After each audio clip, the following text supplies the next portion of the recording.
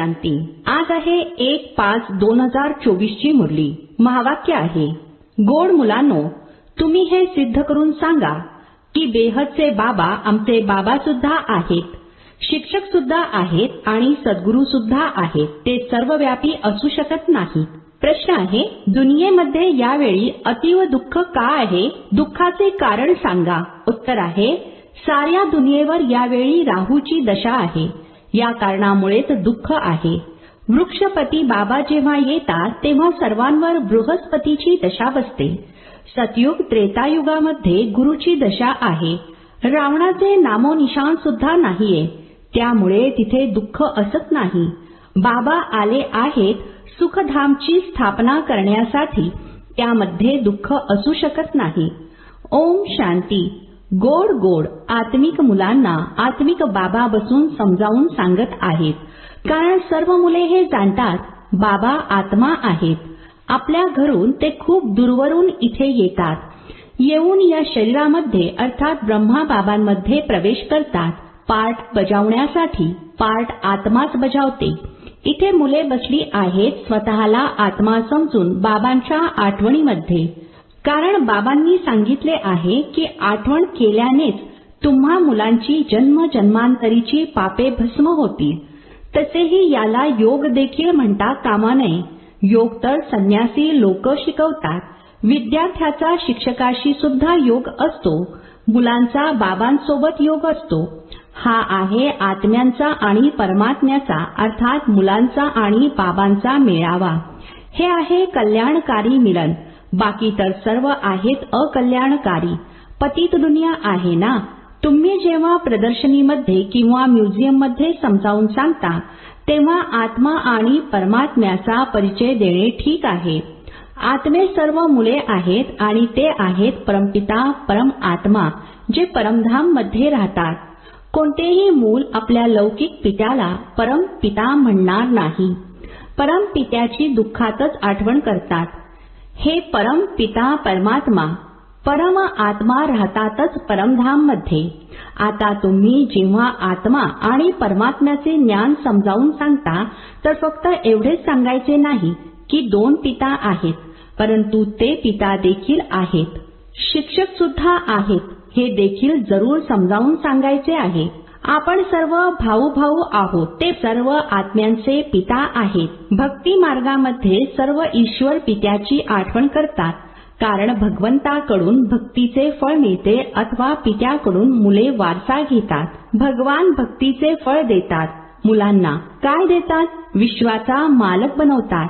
परंतु तुम्हाला केवळ पित्यालाच सिद्ध करायचे नाही आहे. ते पिता देखील आहेत, तर शिक्षण देणारे सुद्धा आहेत, सद्गुरू सुद्धा आहेत. अशा प्रकारे समजावून सांगाल तर सर्वव्यापीची कल्पना नाहीशी होईल. तर याची भर घाला. ते बाबा ज्ञानाचा सागर आहेत. येऊन राजयोग शिकवतात. तुम्ही सांगा, ते शिकविणारे शिक्षक देखील आहेत, तर मग सर्वव्यापी कसे असू शकतील? शिक्षक नक्कीच वेगळे आहेत. विद्यार्थी वेगळे आहेत. जसे बाबा वेगळे आहेत, मुले वेगळी आहेत. आत्मे परमात्मा बाबांची आठवण करतात. त्यांची महिमा सुद्धा करतात. बाबाच मनुष्य सृष्टीचे बीजरूप आहेत. तेच येऊन आम्हाला सृष्टीच्या आदी मध्य अंताचे ज्ञान ऐकवतात. बाबा स्वर्गाची स्थापना करतात. आपण स्वर्गवासी बनतो. तसेच हे देखील समजावून सांगतात की दोन पिता आहेत. लौकिक पित्याने पालन पोषण केले की मग शिक्षणासाठी शिक्षकाकडे जावे लागते. नंतर 60 वर्षांनंतर वानप्रस्थ अवस्थेमध्ये जाण्यासाठी गुरु करावा लागतो. पिता टीचर गुरु वेगवेगळे असतात. हे बेहदचे बाबा तर सर्व आत्म्यांचे पिता आहेत. ज्ञानसागर आहेत. मनुष्य सृष्टीचे बीजरूप सत चित आनंद स्वरूप आहेत. सुखाचा सागर शांतीचा सागर आहेत. त्यांची महिमा करायला सुरुवात करा, कारण दुनियेमध्ये मतभेद खूप आहेत ना. ते जर सर्वव्यापी असतील तर मग शिक्षक बनून शिकवतील कसे? आणि मग सद्गुरू सुद्धा आहेत. गाईड बनून सर्वांना घेऊन जातात, शिकवण देतात, अर्थात आठवण करायला शिकवतात. भारताच्या प्राचीन राजयोगाचेही गायन आहे, अर्थात प्रसिद्ध आहे. सर्वात एकदम जुने आहे संगमयुग. नव्या आणि जुन्या दुनियेचा मध्यकाळ. तुम्हाला समजते की आजपासून 5000 वर्षांपूर्वी बाबांनी येऊन आपले बनवले होते आणि आपले शिक्षक सद्गुरू सुद्धा बनले होते. ते आमचे केवळ बाबाच नाहीत, तर ते ज्ञानाचा सागर अर्थात शिक्षक सुद्धा आहेत. आम्हाला शिकवण देतात, सृष्टीच्या आदी मध्य अंताचे रहस्य समजावून सांगतात. कारण बीजरूप वृक्षपती आहेत. ते जेव्हा भारतामध्ये येतात तेव्हा भारतावर बृहस्पतीची दशा बसते. सतयुगामध्ये सर्वजण सदा सुखी देवी देवता असतात. सर्वांवर बृहस्पतीची दशा बसते आणि जेव्हा दुनिया तमोप्रधान होते तेव्हा सर्वांवर राहूची दशा बसते. वृक्षपतीला कोणीच जाणत नाहीत. जर जाणले नाही तर मग वारसा कसा बरे मिळू शकेल? तुम्ही जेव्हा इथे बसता तेव्हा अशरीरी होऊन बसा. हे तर ज्ञान मिळते की आत्मा वेगळी आहे, घर वेगळे आहे. 5 तत्वांचा पुतळा अर्थात शरीर बनतो. त्यामध्ये आत्मा प्रवेश करते. सर्वांचा पाठ निश्चित आहे. सर्वात पहिली ही गोष्ट समजावून सांगायची आहे की बाबा सुप्रीम पिता आहेत, सुप्रीम टीचर आहेत. लौकिक पिता, शिक्षक, गुरु यांच्यातील फरक सांगितल्यावर मग लगेच समजतील. डिबेट अर्थात वाद विवाद करणार नाहीत. आत्म्यांच्या पित्याकडे सर्व ज्ञान आहे. हे वैशिष्ट्य आहे. तेच आम्हाला रचनेच्या आदी मध्य अंताचे रहस्य समजावून सांगतात. पूर्वी ऋषी मुनी इत्यादी तर म्हणायचे, आम्ही रचता आणि रचनेच्या आदी मध्य अंताला जाणत नाही. कारण त्यावेळी ते सतो होते. प्रत्येक गोष्ट सतोप्रधान, सतो रजो तमो मध्ये येतेच. नव्याची जुनी नक्की होते. तुम्हाला या सृष्टी चक्राच्या आयु अर्थात कालावधीविषयी देखील माहिती आहे. मनुष्य हे विसरले आहेत की सृष्टी चक्राचे आयुर्मान किती आहे. बाकी ही शास्त्रे इत्यादी सर्व भक्ती मार्गासाठी बनवतात. बऱ्याच अतिशयोक्ती असलेल्या गोष्टी लिहून ठेवल्या आहेत. सर्वांचे पिता तर एकच आहेत. सद्गती दाता एकच आहेत. गुरु अनेक आहेत. सद्गती करणारा सद्गुरू एकच असतो. सद्गती कशी होते ते देखील तुमच्या बुद्धीमध्ये आहे. आदी सनातन देवी देवता धर्मालाच सद्गती म्हटले जाते. तिथे फार थोडे मनुष्य असतात. आता तर किती भरमसाठ मनुष्य आहेत. तिथे तर फक्त देवतांचे राज्य असेल, मग डिनायस्टी अर्थात घराण्याची वृद्धी होत जाते. लक्ष्मीनारायण पहिले, दुसरे, तिसरे असे चालते. जेव्हा पहिले असतील तेव्हा किती थोडे मनुष्य असतील. हे विचार देखील फक्त तुमचेच चालतात. हे तुम्ही मुले समजता की भगवान तुम्हा सर्व आत्म्यांचे पिता एकच आहेत. ते आहेत बेहदचे पिता. हदच्या बाबांकडून हदचा वारसा मिळतो. बेहदच्या बाबांकडून बेहदचा वारसा मिळतो. 21 पिढ्या स्वर्गाची बादशाही. 21 पिढ्या म्हणजे जेव्हा वृद्ध होतात तेव्हा शरीर सोडतात. तिथे स्वतःला आत्मा समजतात. इथे देह अभिमान असल्यामुळे जाणत नाहीत की आत्माच एक शरीर सोडून दुसरे घेते. आता देह अभिमानी असलेल्यांना आत्म अभिमानी कोण बनवणार? यावेळी एक सुद्धा आत्म अभिमानी नाहीये. बाबाच येऊन आत्म अभिमानी बनवतात. तिथे हे जाणतात आत्मा एक मोठे शरीर सोडून छोटे बाळ जाऊन बनणार. सापाचे सुद्धा उदाहरण आहे. हे सर्प, भुंगा इत्यादींची उदाहरणे सर्व इथली आहेत आणि या वेळची आहेत, जी मग भक्ती मार्गात देखील उपयोगी पडतात. खरे पाहता ब्राह्मणी तर तुम्ही आहात, जे विष्ठेतील किड्यांना भू करून मनुष्यापासून देवता बनविता. बाबांना ज्ञान आहे ना, तेच ज्ञानाचे सागर, शांतीचे सागर आहेत. सर्वजण शांती मागत राहतात. शांती देवा असे कोणाला बरे हाक मारतात. जे शांतीचे दाता किंवा सागर आहेत त्यांची महिमा सुद्धा गातात, परंतु अर्थ माहीत नसतो, फक्त बोलतात, समजत काहीच नाही. बाबा म्हणतात ही वेद, शास्त्रे इत्यादी सर्व भक्ती मार्गाची आहेत. 63 जन्म भक्ती करायचीच आहे. किती खंडीभर शास्त्रे आहेत, परंतु बाबा म्हणतात मी कोणते शास्त्र वाचल्याने भेटत नाही. मला बोलावतात देखील की येऊन पावन बनवा. ही आहे तमोप्रधान घाणीची दुनिया, जी काहीही कामाची नाही. किती दुःख आहे. दुःख आले कुठून? बाबांनी तर तुम्हाला खूप सुख दिले होते, मग तुम्ही शिडी खाली कशी उतरलात? गायले सुद्धा जाते ज्ञान आणि भक्ती. ज्ञान बाबा ऐकवतात आणि भक्ती रावण शिकवतो. न बाबा दिसण्यात येत ना रावण दिसण्यात येतो. दोघांनाही या डोळ्यांनी पाहू शकत नाही. आत्म्याला बुद्धीद्वारे समजले जाते. आपण आत्मा आहोत तर आत्म्याचा पिता देखील जरूर आहे. बाबा मग शिक्षक सुद्धा बनतात. बाकी कोणी असे असत नाही. आता तुम्ही 21 जन्मांसाठी सद्गतीचे चक्र फिरता. त्यामुळे मग गुरुची आवश्यकताच भासत नाही. बाबा सर्वांचे पिता देखील आहेत तर शिकविणारे शिक्षक सुद्धा आहेत. सर्वांची सद्गती करणारे सद्गुरू सुप्रीम गुरु देखील आहेत. तिघांनाही मग सर्वव्यापी तर म्हणू शकणार नाही. ते तर सृष्टीच्या आदी मध्य अंताचे रहस्य सांगतात.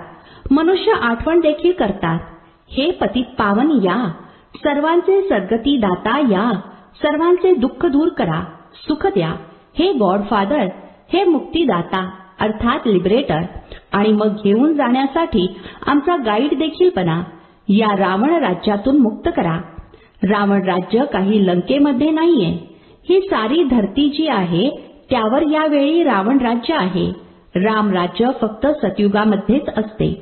भक्ती मार्गामध्ये मनुष्य किती गोंधळून गेले आहेत. आता तुम्हाला श्रीमत मिळत आहे श्रेष्ठ बनण्यासाठी. सतयुगामध्ये भारत श्रेष्ठाचारी होता, पूज्य होता. आतापर्यंत सुद्धा त्यांचे पूजन करत आहेत. भारतावर बृहस्पतीची दशा होती तेव्हा सतयुग होते. आता राहूच्या दशेमध्ये बघा भारताचे काय हाल झाले आहेत. सर्व अनरायटियस अर्थात असत्यवादी बनले आहेत. बाबा रायटियस अर्थात सत्यवादी बनवतात. रावण अधर्मी बनवतो. म्हणतात देखील रामराज्य पाहिजे. म्हणजेच रावण राज्यामध्ये आहेत ना, नरकवासी आहेत. रावण राज्याला नरक म्हटले जाते. स्वर्ग आणि नरक अर्धे अर्धे आहेत. हे देखील तुम्ही मुलेच जाणता. रामराज्य कशाला आणि रावण राज्य कशाला म्हटले जाते. तर सर्वात पहिले म्हणजे यामध्ये निश्चयबुद्धी म्हणायचे आहे. ते आमचे पिता आहेत. आपण सर्व आत्मे भाऊ भाऊ आहोत. बाबांकडून वारसा घेण्याचा सर्वांना अधिकार आहे, मिळाला होता. बाबांनी राजयोग शिकून सुखधामचे मालक बनवले होते. बाकी सर्व निघून गेले शांतीधाम मध्ये. हे देखील मुले जाणतात. वृक्षपती आहेत चैतन्य, सत चित आनंद स्वरूप आहेत. आत्मा सत्य देखील आहे तर चैतन्य देखील आहे. बाबा देखील सत आहेत, चैतन्य आहेत, वृक्षपती आहेत. हे उलटे झाड आहे ना, याचे बीज वरती आहे. बाबाच येऊन समजावून सांगतात. जेव्हा तुम्ही तमोप्रधान बनता तेव्हाच बाबा सतोप्रधान बनविण्यासाठी येतात. हिस्ट्री जॉग्राफीची पुनरावृत्ती होते.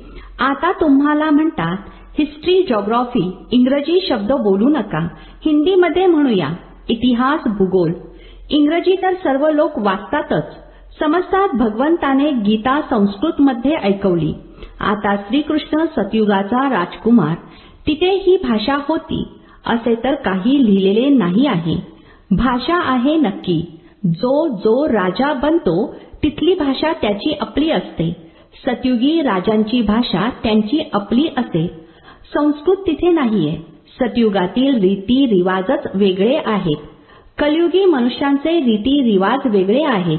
तुम्ही सर्व मीरा आहात, ज्या कलियुगी लोकलाज कुळाच्या मर्यादा पसंत करत नाही. तुम्ही कलियुगी लोकलाज सोडता तर किती भांडणे होतात. तुम्हाला बाबांनी श्रीमत दिले आहे. काम महाशत्रू आहे, याच्यावर विजय मिळवा. जगतजीत बनणाऱ्यांचे हे चित्र अर्थात लक्ष्मीनारायणाचे चित्र सुद्धा समोर आहे. तुम्हाला तर बेहदच्या बाबांकडून सल्ला मिळतो की विश्वामध्ये शांती स्थापन कशी होणार. शांती देवा म्हटले की बाबांचीच आठवण येते. बाबाच येऊन कल्पकल्प विश्वामध्ये शांती स्थापन करतात. कल्पाचा कालावधी मोठा केल्यामुळे मनुष्य कुंभकर्णाच्या निद्रेमध्ये जणू झोपून पडले आहेत. सर्वात पहिले तर मनुष्यांना हा निश्चय पक्का करा की ते आपले पिता सुद्धा आहेत, शिक्षक सुद्धा आहेत. शिक्षकाला सर्वव्यापी कसे मिळणार. तुम्ही मुले जाणता की बाबा कसे येऊन आम्हाला शिकवतात. तुम्ही त्यांच्या जीवन चरित्राला जाणता. बाबा येतातच नरकाला स्वर्ग बनविण्यासाठी. शिक्षक सुद्धा आहेत तर सोबत सुद्धा घेऊन जातात. आत्मेतर अविनाशी आहेत. ते आपला पूर्ण पाठ बजावून घरी जातात. घेऊन जाणारा गाईड तर पाहिजे ना. दुःखातून मुक्त करतात आणि मग गाईड बनून सर्वांना घेऊन जातात. अच्छा, गोड गोड खूप खूप वर्षांनंतर भेटलेल्या मुलांप्रती मात पिता बापदादांची प्रेमपूर्वक आठवण आणि सुप्रभात. आत्मिक पित्याचा आत्मिक मुलांना नमस्ते. आम्हा आत्मिक मुलांचा आत्मिक पित्याला नमस्ते. धारणेसाठी मुख्य सारांश आहे. पहिला पॉइंट आहे, कलियुगी लोकलाज कुळाची मर्यादा सोडून ईश्वरीय कुळाच्या मर्यादा धारण करायच्या आहेत. अशरीरी बाबा जे ऐकवतात ते अशरीरी होऊन ऐकण्याचा अभ्यास पक्का करायचा आहे. दुसरा पॉइंट आहे, बेहदचे बाबा बाबा देखील आहेत, शिक्षक सुद्धा आहेत, सद्गुरू सुद्धा आहेत. हा फरक सर्वांना समजावून सांगायचा आहे. हे सिद्ध करायचे आहे की बेहदचे बाबा सर्वव्यापी नाहीत.